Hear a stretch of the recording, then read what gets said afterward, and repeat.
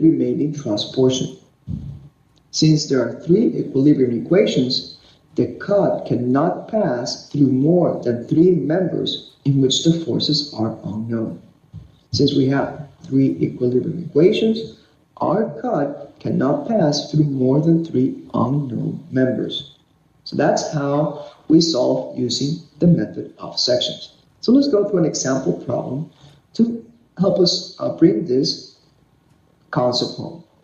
We're being asked to find the forces in members CD and CE. Note that in the B exam, you won't be asked to find two answers, correct? However, this problem, this example is trying to illustrate on how to use the method of sections. Another key thing is that the support reactions have already been determined for this bridge truss. You will see the support reactions being shown. And we're being told that we have spans on this truss and each of them equals 20 feet. Each cell is 20 feet long. And we can see that the height of the truss is 25 feet. So to find the force along CE, we cut the truss at section 1.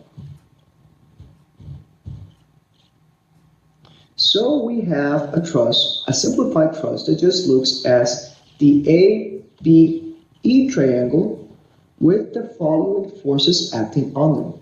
The force of member BC acting at link B or node B, the force of member CE acting on on node E or junction E, and the force of member EF acting on node E.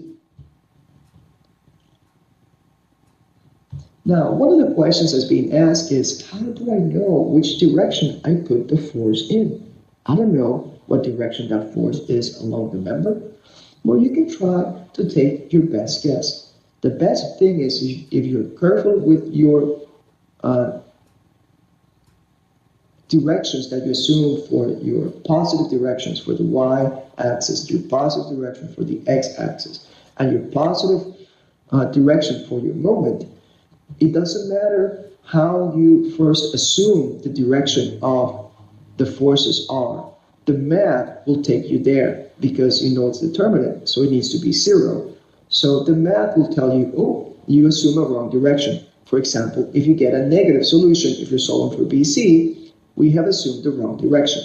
So don't worry too much about what direction you put the forces. You just have to be careful in how you handle the math.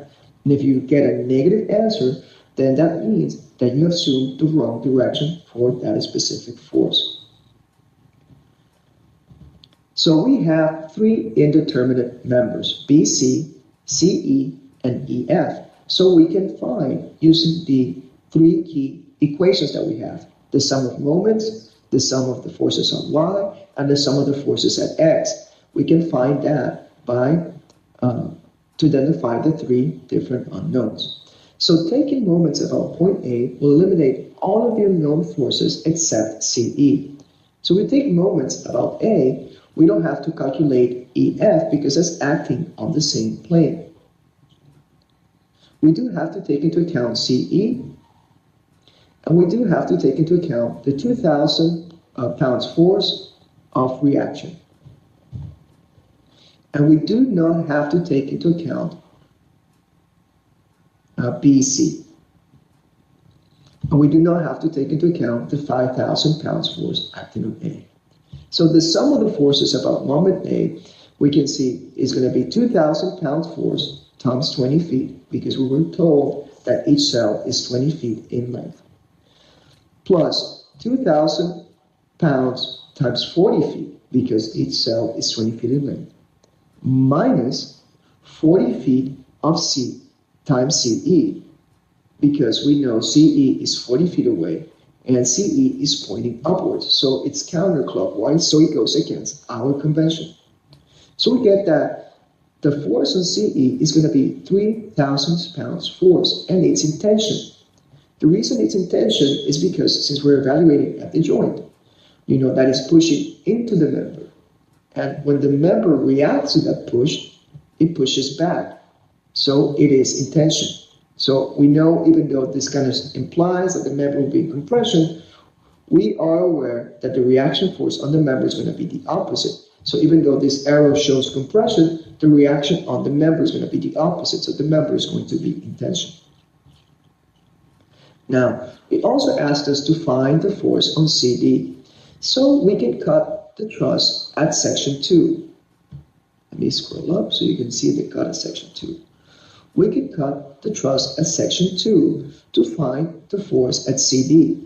Note how we're cutting at the most through 3 indeterminate members, or 3 indeterminate member forces, CD, DF, and FG.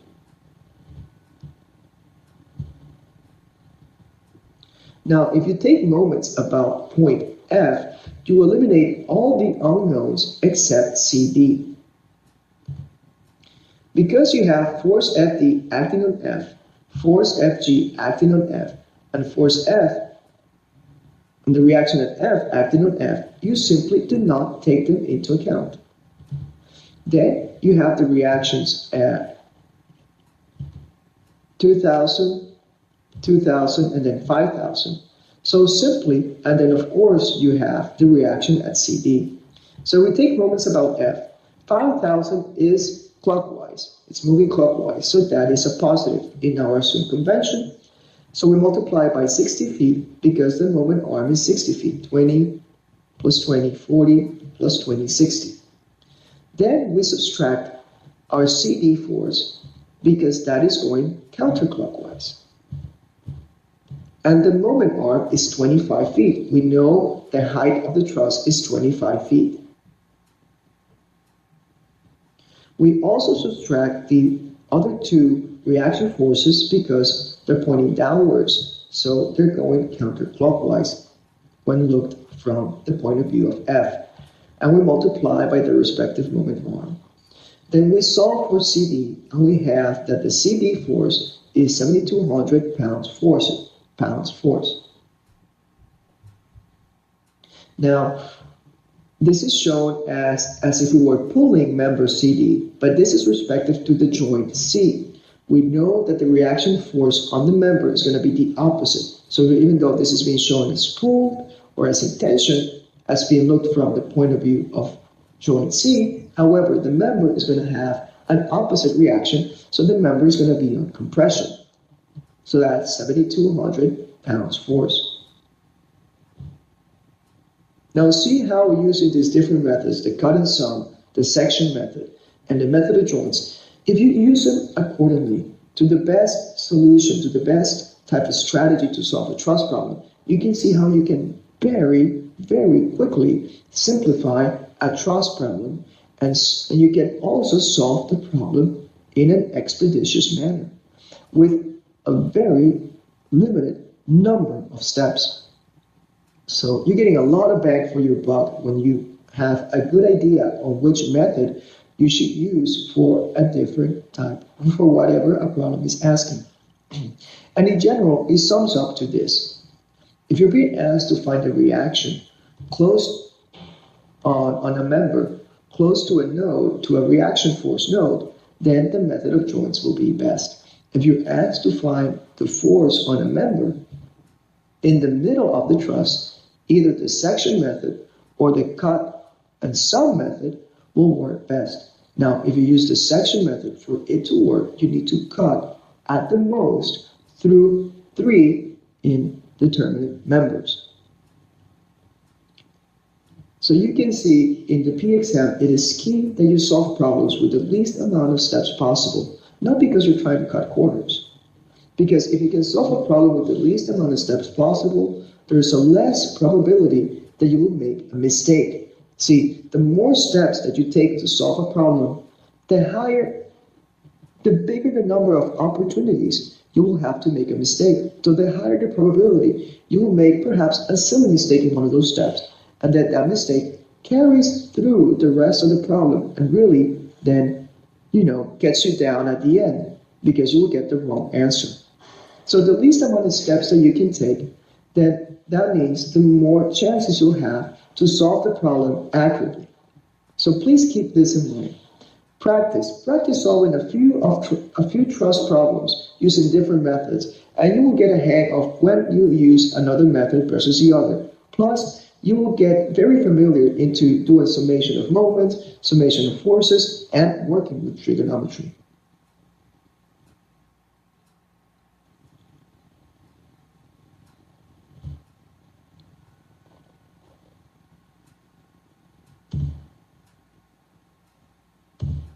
So that takes us through our second recording of the structural mechanics lesson. On our third recording, we will review the shear, moments, and stresses type of concept. So please join me on the next recording where we will continue with the structural mechanics lesson.